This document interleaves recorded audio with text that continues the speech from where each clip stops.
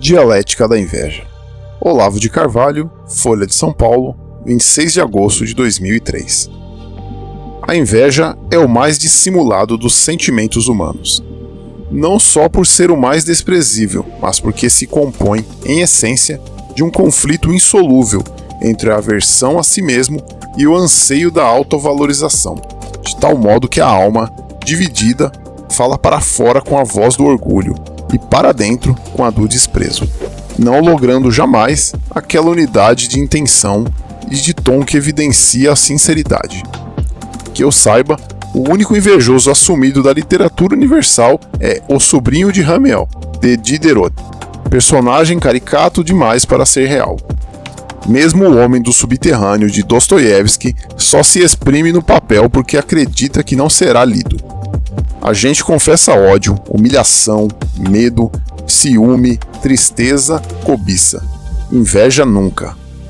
A inveja admitida se anularia no ato, transmutando-se em competição franca ou em desistência resignada. A inveja é o único sentimento que se alimenta da sua própria ocultação. O homem torna-se invejoso quando desiste intimamente dos bens que cobiçava, por acreditar, em segredo, que não os merece. O que lhe dói não é a falta dos bens, mas do mérito. Daí sua compulsão de depreciar esses bens, de destruí-los ou de substituí-los por simulacros miseráveis, fingindo julgá-los mais valiosos que os originais. É precisamente nas dissimulações que a inveja se revela da maneira mais clara. As formas de dissimulação são muitas, mas a inveja essencial, primordial, tem por objeto os bens espirituais, porque são mais abstratos e impalpáveis, mais aptos a despertar no invejoso aquele sentimento de exclusão irremediável que faz dele, em vida, um condenado ao inferno. Riqueza material e poder mundano nunca são tão distantes, tão incompreensíveis quanto a amizade de Abel com Deus, que leva Caim ao desespero, ou o misterioso dom do gênio criador, que humilha as inteligências medíocres, mesmo quando bem-sucedidas social e economicamente. Por trás da inveja vulgar, há sempre inveja espiritual.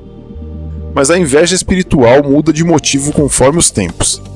A época moderna, explica Lionel Trilling em Beyond Culture, 1964, é a primeira em que muitos homens aspiram a altas realizações nas artes e, na sua frustração, formam uma classe despossuída, um proletariado do espírito.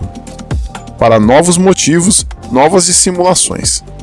O proletariado do espírito é, como já observava Otto Maria Carpo, A Cinza do Purgatório, em 1943, a classe revolucionária por excelência. Desde a Revolução Francesa, os movimentos ideológicos de massa sempre recrutaram o grosso de seus líderes da multidão dos semi-intelectuais ressentidos. Afastados do trabalho manual pela instrução que receberam, separados da realização nas letras e nas artes pela sua mediocridade endêmica, que lhes reservava? A revolta. Mas uma revolta em nome da inépcia se autodesmoralizaria no ato.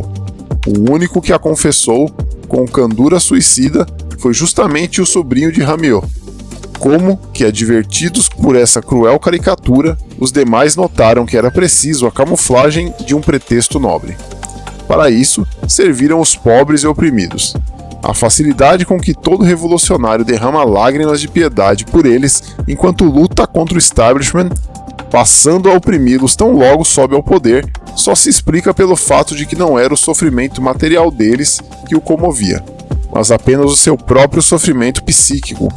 O direito dos pobres é a poção alucinógena com que o intelectual ativista se inebria de ilusões quanto aos motivos da sua conduta.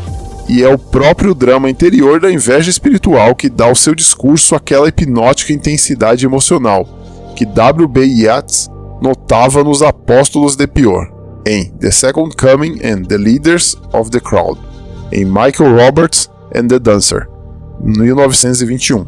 Nenhum sentimento autêntico se expressa com furor comparável ao da encenação histérica. Por ironia, o que deu origem ao grande guignol das revoluções modernas não foi a exclusão, mas a inclusão.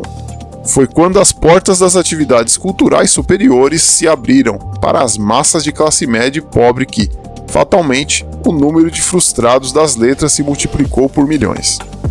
A rebelião das massas, a que se referia José Ortega y Gasset, La Rebelión de las Massas, 1928, consistia precisamente nisso. Não na ascensão dos pobres à cultura superior, mas na concomitante impossibilidade de democratizar o gênio. A inveja resultante gerava ódio aos próprios bens recém-conquistados, que pareciam tanto mais inacessíveis às almas quanto mais democratizados no mundo. Daí o clamor geral contra a cultura de elite, justamente no momento em que ela já não era privilégio da elite. Ortega, de maneira tão injusta quanto compreensível, foi por isso acusado de elitista. Mas Eric Hoffer, operário elevado por mérito próprio ao nível de grande intelectual, também escreveu páginas penetrantes sobre a psicologia dos ativistas, pseudo-intelectuais tagarelas e cheios de pose, vivendo vidas estéreis e inúteis, não possuem autoconfiança e autorrespeito, e anseiam pela ilusão de peso e importância. The Ordeal of Change, 1952. Por isso, leitores, não estranhem quando virem, na liderança dos movimentos sociais, cidadãos de classe média e alta diplomados pelas universidades mais caras, como é o caso, aliás, do próprio senhor João Pedro Stedley, economista da PUC Rio Grande do Sul.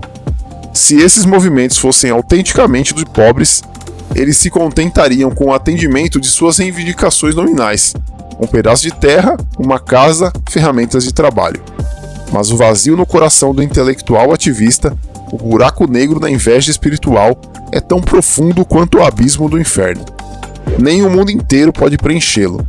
Por isso a demanda razoável dos bens mais simples da vida, esperança inicial da massa dos liderados, acaba sempre se ampliando, por iniciativa dos líderes, na exigência louca de uma transformação total da realidade, de uma mutação revolucionária do mundo.